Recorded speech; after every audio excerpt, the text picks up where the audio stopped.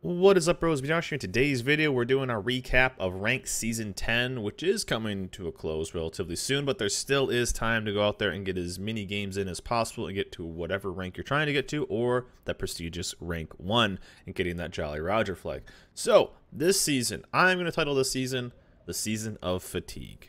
Tier 10 fatigue, that is. And the reason why is it's been too much Tier 10. Too much Tier 10 overall, and it's been kind of crazy.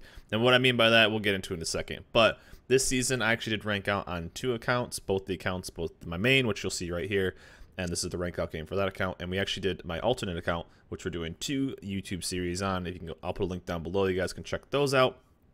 And on that account, we played all DDs. Played the Hinsen Yang for Tier 8, which was actually kind of surprisingly successful, and the Yu Yang, Radar Yu Yang for Tier 10, which was also pretty successful. So on this account, we kind of used, I think in this video too, we'll go over the strengths and the weaknesses of this season. More, in my opinion, weaknesses than strengths, but the good and the bads. And the good part was I got 2 legendary modules out of this season, and it was a really, really good way to get in there, especially earlier in the season, and just get maybe your wins needed or your base XP, stuff like that, and just a chance to get in there and get some legendary module progression done, because that's basically kind of the end game thing to do right now, is get those done. I actually started the season off with the Yamato, got the Yamatos done, which is insane. If you guys haven't gotten the Yamatos done, go get it. It's so good. And I got the Zhaos done, which the Zhao is really good as well. It does suck to lose a little bit of the range, which you can see I'm only at 17.5, but the rudder shift is actually really, really nice. But overall, pretty successful season doing that, which I think a lot of people were doing as well, getting some legendary modules. But honestly, that was kind of the end of the good part of this season. Just like clan battles was a great way to do it. But it's just, we've had so much Tier 10 just slam down our throats, right? Clan battles, Tier 10. Rank seasons, Tier 10s. 2 seasons in a row. This is the first time it's been the same tier. I think it might have actually been Tier 8 2 seasons in a row a long time ago. This is the first time in a while we've seen the same tier back to back. And it just so happens to be the same tier as clan battles and the same tier as basically random battles, you know, being there. That kind of the only progression to do in random battles right now is the legendary modules. So everything, I know other CCs have made videos about this whole, like, it's all just based around Tier 10, and it just causes massive fatigue. And now I think a lot of tier 10 ships are fun, and I think a lot of Tier 10 ships are a good time to play, and you know, it's cool to get these things done with them. But man, I think we just need a break, and this season kind of showed that off to the T, that we just need a bit of a break from some Tier 10 play. And we'll see what ends up happening with this rank sprint that they're kind of announcing at Tier 5. I don't think Tier 5 is honestly the best tier for rank either, but anything's better than Tier 10 right now. It's just too much, and we don't really have a chance to do anything else. But let's talk about the ships that were extremely popular this season and are extremely strong this season. We got 2 newcomers. One you can see on just the right side of my map right there, who's gotten absolutely obliterated, and the one that's right off to my left right here, the Harugumo. So we got the Wooster and the Harugumo. They were the newcomers. Wooster was an absolute nightmare, especially if you were playing DDs. It was another extremely radar heavy season, and with the Wooster being so popular and being able to stealth radar and being able to kind of just do whatever it wants and do a ton of damage, the ship was extremely popular and was extremely good at doing whatever it wanted to. Good if there was CVs, didn't have to worry about consumables. Good if there was DDs, because it just stealth radared everything. Good against anything stationary, good against anything moving. The ship is just fantastic. So diving into that, cruiser strength, Wooster was by far the best. I think I will give, now hold on a second, strength wise, I think I'm going to give Zhao second overall.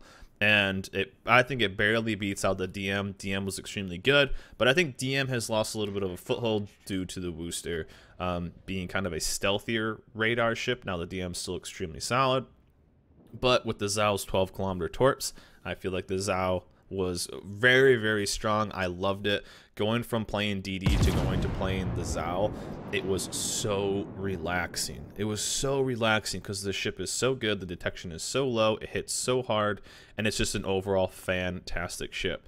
You can kind of just do whatever you want, especially with this legendary module, having a little bit faster of a rudder shift, avoiding a lot of shells, going in and out, getting that big hit, get that Zhao 203 action going. It was fantastic. The DM probably follows after that. I felt like it was a fantastic ship still. It's just a good, solid ship, the DM, and overall, if you're playing it and playing it well, you were having a lot of success with it. After that, we did start seeing some Stalingrads, only obviously on each server. There's only so many people that have them. But I feel like the Stalingrad, with its strengths, also had a lot of weaknesses. It's just a big ship, and you had to get to certain spots that, you know, you couldn't really get out of a lot of them. And, you know, with that, you know, kind of gave a little bit of weakness to it. But the Stalingrad, if set up right, could just hit so hard. But it didn't seem like it was the best just solo straight ship, because of its inability to really relocate like a lot of other ships can and do. I feel like the Stalingrad was a pretty solid fourth ship. Hindenburg stock fell a ton this season. There's a couple ships that I think stock fell a ton. Hindenburg really fell. Radar Minotaur really fell this season because what the Radar Minotaur did extremely well, the Wooster can do better and easier. So that's kind of that whole reason why I think that ship kind of lost a little bit of, you know, that its whole thing was stealth radar, and now the Wooster just does it and can actually shoot HE, so it's just kind of easier to use. So we did see a couple of radar minnows, and the people who were playing them were really good in them, but, you know, if people had access to the Wooster, there wasn't really a reason to not use the Wooster over it. But still a good ship, and when I saw it played, it was played usually pretty well. But you know, you're just so fragile as a Minotaur, which is the worst part. But I would probably put that as fifth. And then you had stuff like you know, the Henry. The Henry was solid in its own way, but it was just basically a farming ship. It's kind of like a Kaba. And am I really forgetting anything? The Moskvas. I didn't really want Moskvas too many in my games. I feel like the DM did what the Moskva did kind of better. You know, I'd rather have a lot of other ships. You know, the perfect team was like a DD, 4, you know, Woosters, and then and then like 2 battleships, you know, depending on what they want. So that's kind of like the main order. I think like it was so clear cut who was kind of the better of the cruisers, and then everything else kind of just trickled down and just kind of, you know, was what it was. You know, if you had them, you had them, and you had kind of a disadvantage. But it seemed like this season, more than any others, I guess the Hindenburg kind of was insane last season, but it just seemed like if you had more of a couple of ships, you just had the advantage. We haven't really seen stuff like this since like the Belfast.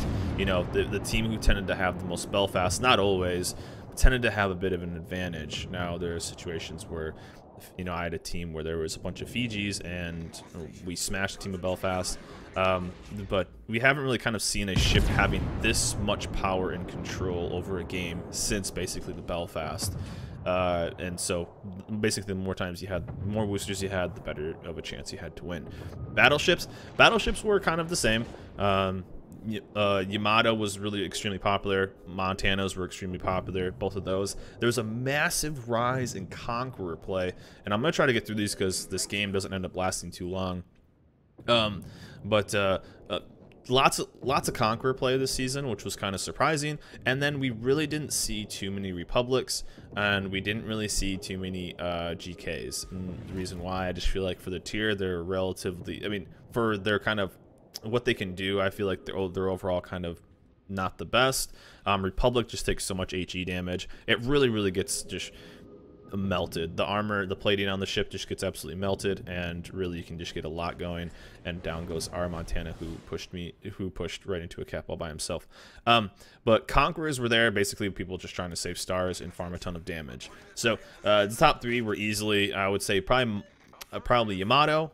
Just like kind of we saw in clan battles as well. Yamato, Montana, and then Conqueror probably for the saves, and then probably Repub, and then the GK last. GK just gets picked on because it's so big and easy to burn down. Destroyers, it was a fun season playing a DD, but it was extremely it was fun. It was extremely nerve-wracking, and the worst part about playing a DD was spotting, putting yourself in danger, because there was so much radar. Like there were games where there were basically, out of the 7 ships, there were 5 radars, and that could have been 3 radar cruisers, 4 radar cruisers, and a radar Yu Yang. I ran radar Yu Yang, which I thought was easily the strongest, because of you just trying to get that DD kill and getting the extra little, the extra advantage. I felt like that was an extremely solid ship, and I felt like it was probably by far the best for what the season was. It was a very, very hostile season again, playing DDs. And the worst part about playing DDs is you just never save. But let's get through the DD class, and boom, that one hurts a little bit. I got pretty lucky because Zao troll armor. And I'm trying to go dark right here so that we can get back and get repositioned. And then kind of going here. This can't be rank 5, the guy says. It felt like that from time to time, man. It really, really did.